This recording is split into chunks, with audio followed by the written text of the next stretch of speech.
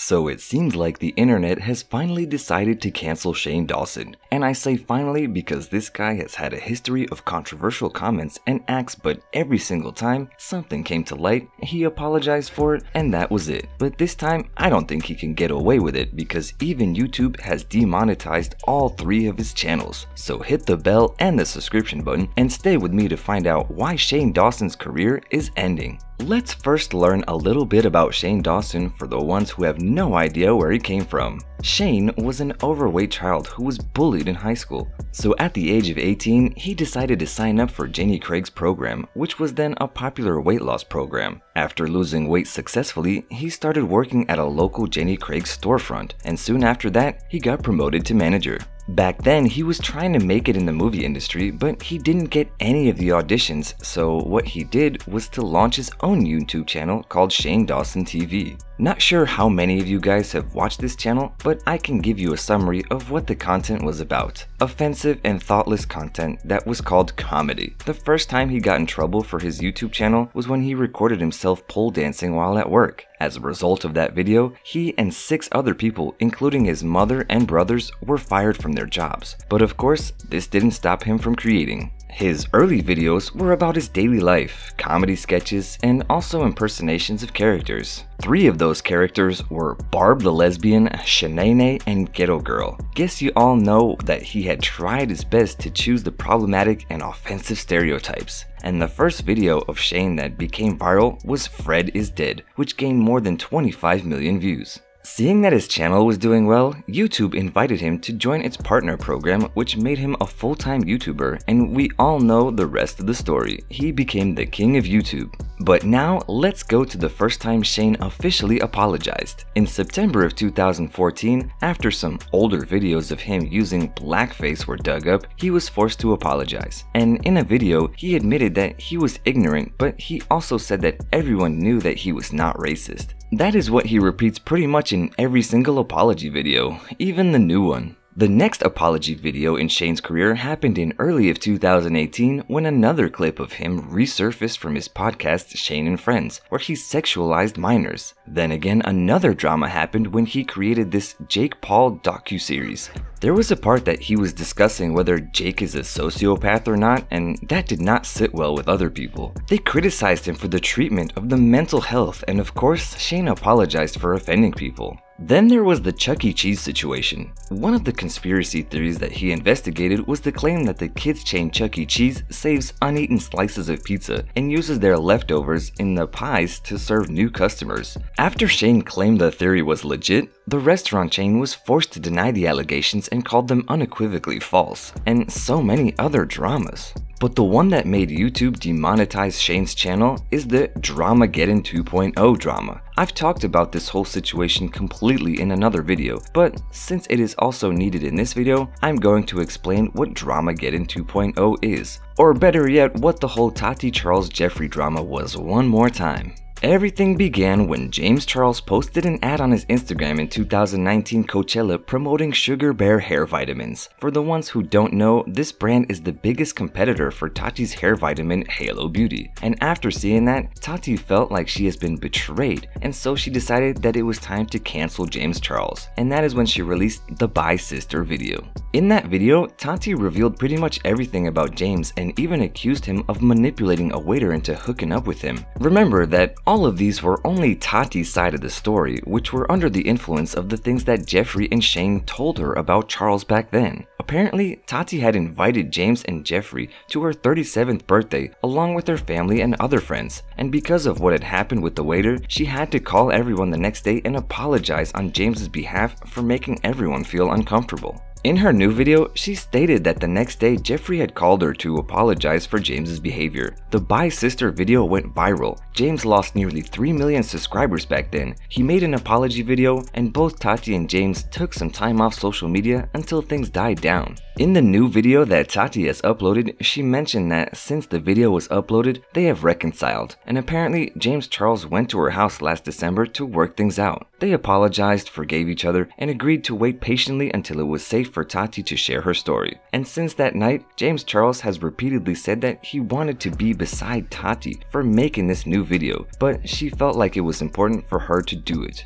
She even apologized to James publicly in that video a couple of times, but I will tell you more about that video soon. Back to Dramageddon 2.0. Just when we thought everything was done, Jeffree Star entered the scene and started giving his 2 cents on the drama. Despite the fact that he seemed to be friends with James before, he decided that he was going to support Tati in the feud. And so he tweeted, "There's a reason that Nathan banned James Charles from ever coming over to our home again. There's a reason why I haven't seen him since at the Glam Life Guru birthday in February. He is a danger to society. Everything Tati said is 100% true."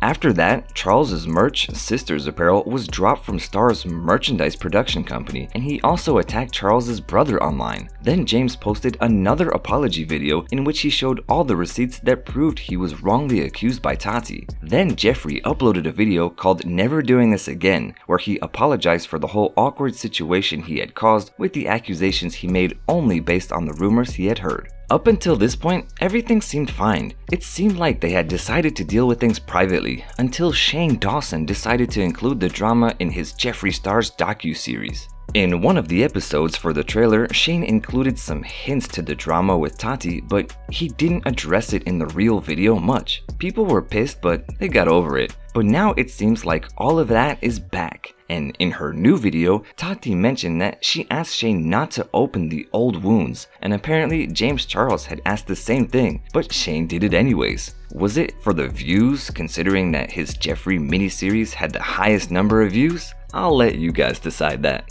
From that miniseries, people started speculating that Shane Dawson had something to do with the whole drama, but the speculations didn't get much attention. Then, Jeffree went on Mom's Basement and claimed that he has a recording on his phone of an alleged victim of James Charles, which would prove that he was a predator. But that was not all. Reigniting the old feud, because why not? He had just broken up with Nate, so maybe he wanted to deviate the attention. I honestly wouldn't know. And again, that was not all. A former model who worked with Jeffree, Cameron Lester, claimed that Jeffree cut ties with him after he defended James Charles. And in his Insta, this guy confessed that he had overheard a surprising FaceTime conversation between Star and Dawson, which Lester says that Dawson cursed out Charles. He said that, "I was kind of taken aback because I've never seen Shane Dawson like that, and he was just going in on James," Lester said. "I knew Shane wasn't the person that he was perceived as online, but I don't record things. I don't have hard facts. This isn't about receipts. This is from my mouth. There are 3 sides to every story."